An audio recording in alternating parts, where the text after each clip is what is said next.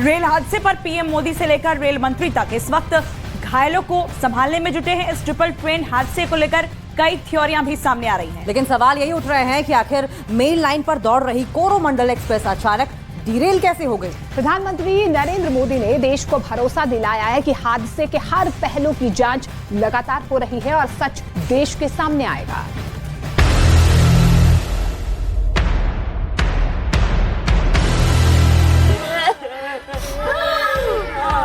किसी के हाथ में जख्म है, किसी के पैर टूट गए हैं, किसी के सीने में चोट है, कोई पेट में घाव से कराह रहा है। हर जख्मी के सिरहाने पहुंचने की कोशिश कर रहे हैं प्रधानमंत्री नरेंद्र मोदी। रात भर बैठकों का दौर चला है। सुबह सवेरे आला अधिकारियों के साथ मीटिंग हुई है। रेल हादसे की हर डिटेल की फाइल प्रधानमंत्री नरेंद्र मोदी खुद पढ़ रहे हैं। जिन लोगों ने अपना जीवन खोया है, ये बहुत बड़ा दर्दनाक और वेदना से भी परे मन को विचलित करने वाला, जिन परिवारजनों को इंजरी हुई है, उनके लिए भी सरकार उनके उत्तम स्वास्थ्य के लिए कोई कोर कसर नहीं छोड़ेगी।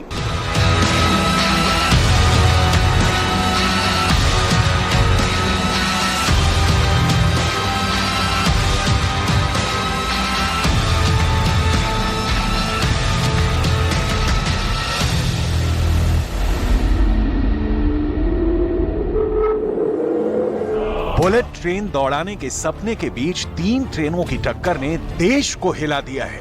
प्रधानमंत्री नरेंद्र मोदी एक्शन में है। कई सवाल हैं जिनके जवाब ढूंढ रहे हैं देश के टॉप लेवल के रेलवे के तकनीकी जानकार। हर एंगल से रेल हादसे की जानकारी जुटाई जा रही है। हावड़ा टू चेन्नई बदनसीब ट्रेन के यात्रियों को, उनके परिजनों को अपडेट किया जा रहा है। हादसे में चूक हुई होगी, लेकिन रेस्क्यू ऑपरेशन में चूक की गुंजाइश ना हो। पूरा सरकारी अमला जुटा है हर घायल के इलाज के लिए। हर मृतक के परिजनों को सहूलियत पहुंचाने के लिए रेल मंत्रालय ने मुआवजे का ऐलान किया है। मृतक के परिजनों को 10 लाख, गंभीर रूप से घायलों को 2 लाख और मामूली चोट जैसे लगी है उसको 50,000 का मुआवजा मिलेगा।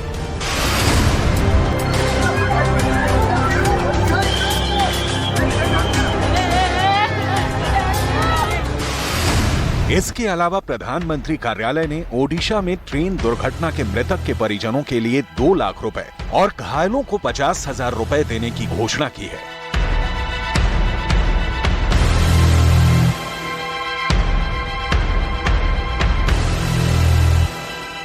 बचाव अभियान पूरा हो गया है। रेलवे, एनडीआरएफ, एसडीआरएफ और राज्य सरकार बचाव अभियान में शामिल हो। हादसे की जांच के लिए एक उच्च स्तरीय समिति का गठन किया गया है। दुर्घटना में मरने वालों की संख्या हाल के याददाश्त में सबसे बड़ी दुर्घटना में से एक है। रेल सेफ्टी मोदी सरकार के एजेंडे में टॉप पर रहा है। रेलवे के आधुनिकीकरण का उदाहरण भी देश वंदे भारत जैसी ट्रेन के तौर पर देख रहा है और ट्रेनों की सुरक्षा का कवच सिस्टम भी देश देख रहा है। इस बीच बालासोर में इतनी बड़ी दुर्घटना से देश सन्न है। सरकार के लिए ये घटना अत्यंत गंभीर है। हर प्रकार की जांच के निर्देश दिए गए हैं और जो भी दोषी पाया जाएगा उसको सख्त से सख्त सजा हो, उसे बख्शा नहीं जाएगा।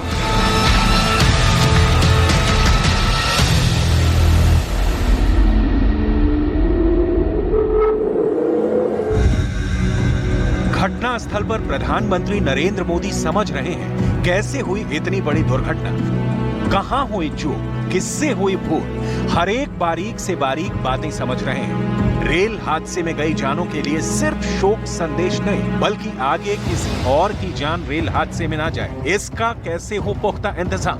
प्रधानमंत्री नरेंद्र मोदी एक एक पॉइंट पर फोकस कर रहे हैं। रेल हादसा सालों पहले इस देश में जिस लेवल पर हुआ करता था, रेलवे के आधुनिकीकरण ने उस दौर से देश को बाहर निकाल लिया है, लेकिन बालासोर की दुर्घटना ने इस नए सिस्टम को भी और उन्नत बनाने की चुनौती पेश की है। कटक के अस्पताल में प्रधानमंत्री नरेंद्र मोदी हर एक जख्मी से उसका हाल चाल पूछ रहे हैं, उसके दुख तकलीफ में शामिल होकर उसकी पीड़ा जानने की कोशिश कर रहे हैं। प्रधानमंत्री नरेंद्र मोदी ने रेल हादसे की हर डिटेल सुबह से ही समझना शुरू कर दिया। पहले दिल्ली में बैठक की, उसके बाद घटनास्थल बालासोर के लिए निकल गए और शाम ढलते ढलते प्रधानमंत्री नरेंद्र मोदी कटक के अस्पताल में हादसे के शिकार लोगों के बीच मौजूद मिले। रेल हादसे की वजह की फाइनल रिपोर्ट जब तक नहीं आ जाती तब तक क्लियर नहीं होगा कि कैसे हुआ। लिहाजा इस सवाल को देश के रेलवे एक्सपर्ट और इंजीनियरों को सुलझाने के लिए छोड़ देना चाहिए। इतने बड़े हादसे पर दुख जताने के बीच सियासी बोली का भी इस वक्त परित्याग कर देना चाहिए, क्योंकि जो जख्मी हैं उन्हें बचाने की जिम्मेदारी सबसे पहली है। जो परिजन हमने खोए हैं वो तो वापस नहीं ले पाएंगे, लेकिन सरकार उनके दुख में, उन परिजनों के दुख में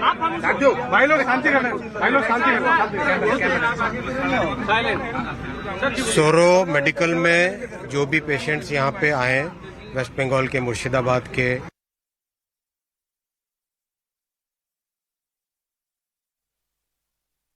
तो मलबा हटाने के लिए मशीनों को भी लगाया गया है। और अश्विनी वैष्णव रेल मंत्री इस वक्त मीडिया से बातचीत कर रहे हैं। क्या कुछ महत्वपूर्ण वो कहते हैं रिस्टोरेशन को लेकर, काम को लेकर, और घायलों का जो इलाज चल रहा है अस्पताल में उसको लेकर, इस पर नजर बनी हुई है। हालांकि रेल मंत्री की ओर से एक बड़ी जानकारी दी गई थी कि जो हादसे की वजह है उसको आइडेंटिफाई कर लिया गया है और इलेक्ट्रॉनिक इंटरलॉकिंग की वजह से यह हादसा हुआ है। और रेल हादसे को रोकने में मोदी सरकार का ट्रैक रिकॉर्ड बहुत अच्छा रहा है। पिछले 9 सालों में रेलवे की रफ्तार भी बढ़ी है और बुनियादी सुविधाएं भी लगातार बढ़ रही हैं। बावजूद इसके बालासोर में रेल हादसा क्यों हुआ, इसकी जांच जारी।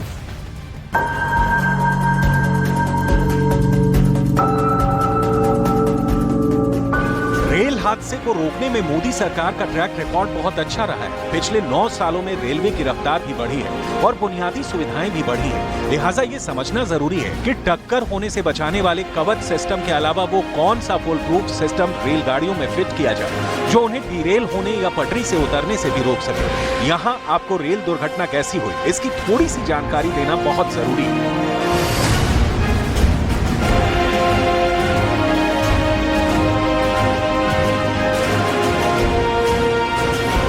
हावड़ा से चेन्नई जा रही कोरोमंडल एक्सप्रेस डीरेल हो गई। तेज रफ्तार के कारण कोरोमंडल का इंजन मालगाड़ी पर चढ़ गया। कोरोमंडल के दूसरे डिब्बों के साथ भी ऐसा ही हुआ। तभी दूसरी पटरी पर एक और आती ट्रेन दुर्घटना की चपेट में आ गई।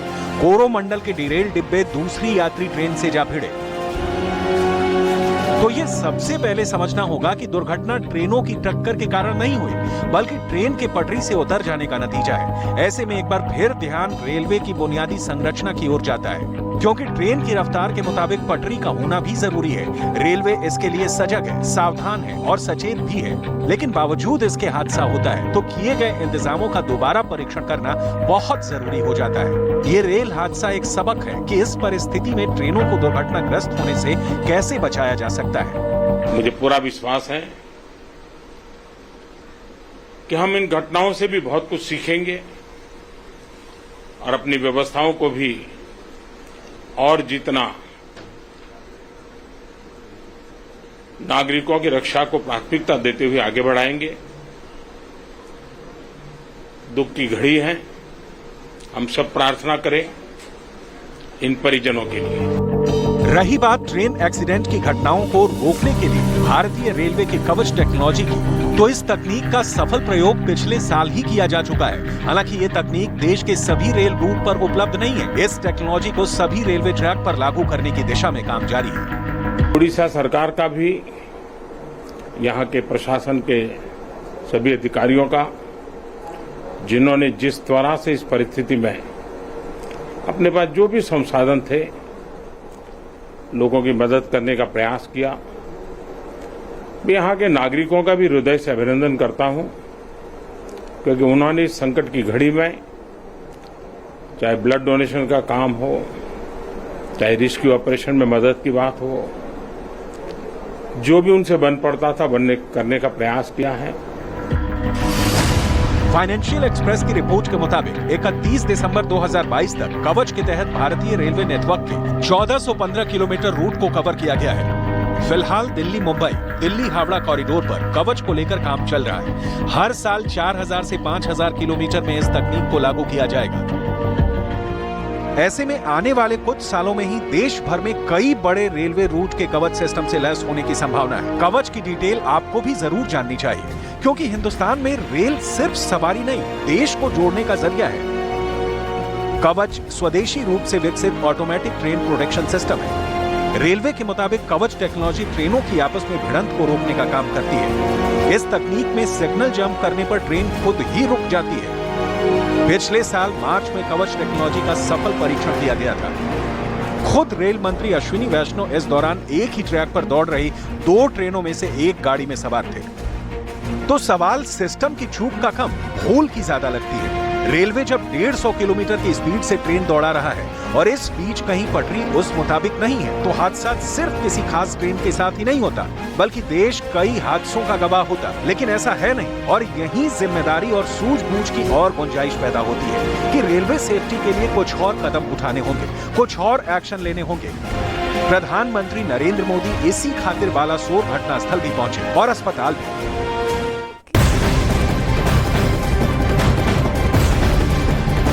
उधर ओडिशा में हुए ट्रेन हादसे के बाद केंद्र सरकार ने डॉक्टर्स की टीम को बालासोर रवाना कर दिया है। इसमें एम्स के डॉक्टर भी शामिल हैं, जिन्हें भारतीय वायुसेना के विमान से ओडिशा रवाना कर दिया गया।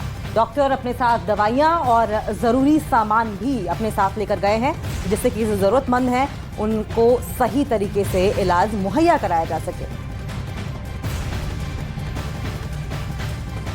ओडिशा से ज्यादा भयावह हादसे के बारे में शायद ही आपने कभी सुना हो। करीब 38 घंटे से ज्यादा का वक्त बीत जाने के बाद भी कई परिवारों को अपनों की तलाश है।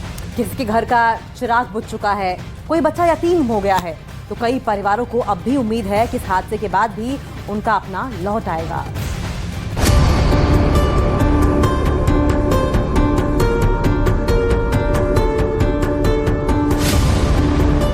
रात के सन्नाटे को चीरता शोर, दर्द से कराहती आवाजें,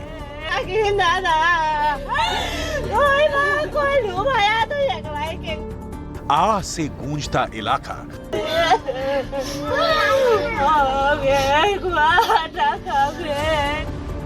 और मौत से सीधा सामना।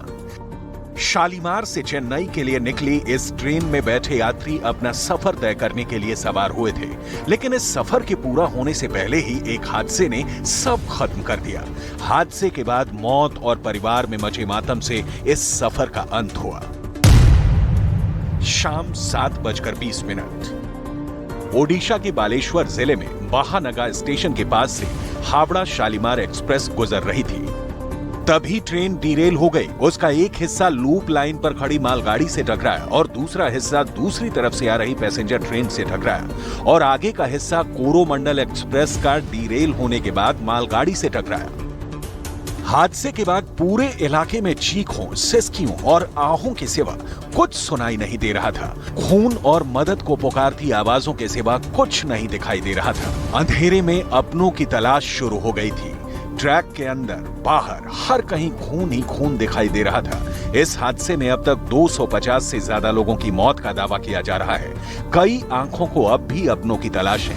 एक उम्मीद है, एक आस है कि शायद इस मौत की लंबी लिस्ट में उनका कोई अपना नहीं होगा, घर का चिराग सलामत होगा, लाशों के ढेर के नीचे उनका कोई करीबी नहीं दबा होगा।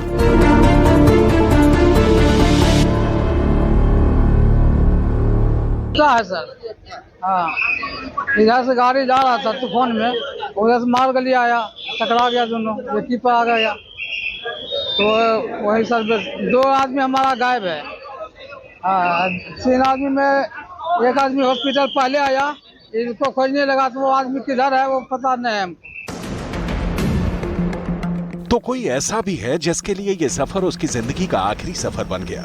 घर का चिराग बुझ गया, बच्चों के सिर से पिता का साया उठ गया, परिवार की आखिरी उम्मीद का पंख टूट गया। छोटा दिखे बारह से बाहर दिखे কেলা যাওয়া বলে গঙ্গাপুর 7:30টার দিকে ট্রেন, 9টার দিকে ট্রেনে চড়েছে, 9টার ট্রেনটাতে একদম ডাইরেক্ট হাওড়া থেকে গেছে। हावड़ा থেকে।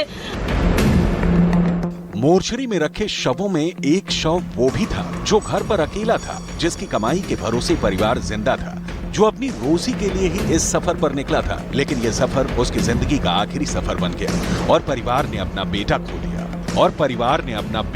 दिया। গাড়ি থেকে বেরিয়েছিল সন্ধ্যায়। কোথায় যাচ্ছিল? চেন্নাই যাবো বলে বাড়ি থেকে বার হয়েছে, চেন্নাই খাটতে যাব। কালকে কখন? কালকে খবর পেয়েছি সন্ধ্যায়, খবর হলো যে 9টার সময় খবর হলো যে ট্রেন উল্টে গেছে। যে ট্রেনটাতে মাসিকুলেরা যাচ্ছিল চেন্নাই, ওই ট্রেনটা উল্টে গেছে। তখন সব খোঁজাখুঁজি করতে লাগলো, এদিক ওদিক ফোন টোন যেতে যে খাটছে সবকে ফোন করতে লাগলো যে ট্রেন উল্টে গেছে, তো মাসিকুলকে ঢুঁড়। মাসিকুলকে ঢুঁড়তে ঢুঁড়তে মাসিকুলকে খুঁজে পাইনি। কখন খবর এলো ছেলের মৃত্যু? हादसे के बाद मौत के आंकड़े डराने वाले हैं। इसी ट्रेन में कोई ऐसा भी था जिसके सितारे बुलंद थे, जो मौत को मात देकर लौटा था, जो खुद को उस हादसे में सबसे खुशनसीब बता रहा था। हम चेन्नई के लिए रवाना हुआ था खड़गपुर स्टेशन से। बालेश्वर स्टेशन के बाद ट्रेन एक झांकुनी दिया। उसके बाद देखा है कमरा में टोटली धुआं और कोई किसी को नहीं देख पाया। हाँ, उधर लोकल आदमी हमको उद्धार किया। ट्रेन तो पलटी हो गया। 45 मिनट, 1 घंटे से 45 मिनट के बाद उधर का लोकल का आदमी हमको बाहर निकला। पूर्वी मेदिनीपुर जिले के सुब्रत पाल अपने परिवार के सदस्यों के साथ चेन्नई जा रहे थे। हादसे के बाद घर वालों को उनके लौटने की उम्मीद नहीं थी, लेकिन सुब्रत जिंदगी की जंग जीत गए। हादसे के बाद से लगातार हर घंटे मौत के आंकड़ों के ग्राफ को दिखाती एक बुरी खबर सामने आ रही है। घायलों के बेहतर इलाज के लिए डॉक्टरों की एक बड़ी टीम ओडिशा पहुंच चुकी है।